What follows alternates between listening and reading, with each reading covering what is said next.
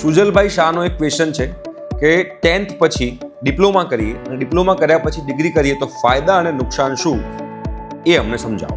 તો એના વિશે હું આજે વાત કરીશ, બીકોઝ સવાલ છે તમારા કરિયરનો. અને બેટા, તમારે 10th સ્ટાન્ડર્ડની મેથ્સની ફ્રી ઓફ કોસ્ટ પ્રિપેરેશન કરવી હોય તો સ્ક્રીન ઉપર એક નંબર આવે છે, એ નંબર પર તમારે વોટ્સએપ મેસેજ કરવાનો છે, એટલે અમારી ટીમ છે તમે લોકોને આગળ ગાઈડ કરશે. જો પહેલાં હું ફાયદાની વાત કરીશ અને પછી નુકસાન. 10th પછી તમે ડિપ્લોમા લો છો, મતલબ કે 11th 12th તમે લોકો સ્કીપ કરી દો છો. 11th 12thનો જે સ્ટ્રેસ છે એ સ્ટ્રેસ તમે લોકો સ્કીપ કરી રહ્યા છો. અત્યારના જમાનામાં એવું નથી કે જે લોકો ડિપ્લોમા લે બધા ડોબા જ હોય છે. ના, અત્યારે ઘણા બધા લોકો હજુ એવું વિચારે છે ડિપ્લોમા તો ખાલી ડોબા લોકો લે. ના, એવું નથી હોતું. સ્માર્ટ લોકો પણ ડિપ્લોમા જે છે ઓપ્ટ કરતા હોય છે. ડિપ્લોમા લેવાથી 11th 12thનો સ્ટ્રેસ, કોમ્પિટિશનની જે રેસ છે, ગાંડી રેસ છે, એમાં તમે બહાર નીકળી જશો.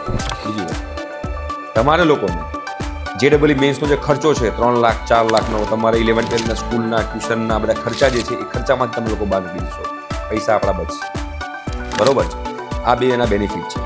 ત્રીજી વસ્તુ કે તમે ડિપ્લોમા ટુ ડિગ્રી કરો છો તો ડિપ્લોમા ટુ ડિગ્રીમાં કરવાના કારણે તમારા કન્સેપ્ટ જે છે એ જે રેગ્યુલર ડિગ્રીના સ્ટુડન્ટ હોય એના કરતાં થોડા વધારે હોય, સારા હોય છે.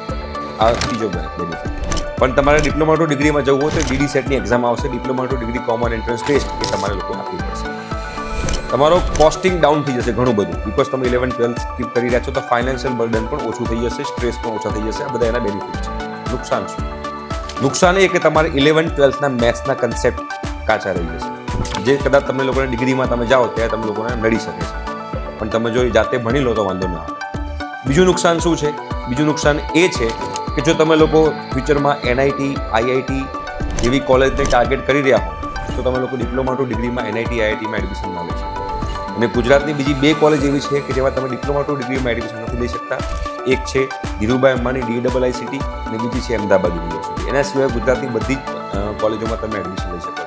એટલે તમે જ્યારે ડિપ્લોમા ટુ ડિગ્રી ચૂઝ કરો છો ત્યારે તમારે EUના રસ્તા બંધ થાય છે, DIITના રસ્તા બંધ થાય છે, બધી NIT, બધી IIT, બધી GFTI, બધી IIITના રસ્તા બંધ થઈ જશે. આ એનું નુકસાન છે. રાઈટ? તો આઈ હોપ સો તમારો જે ડાઉટ છે તમને ક્લિયર થઈ ગયો હશે.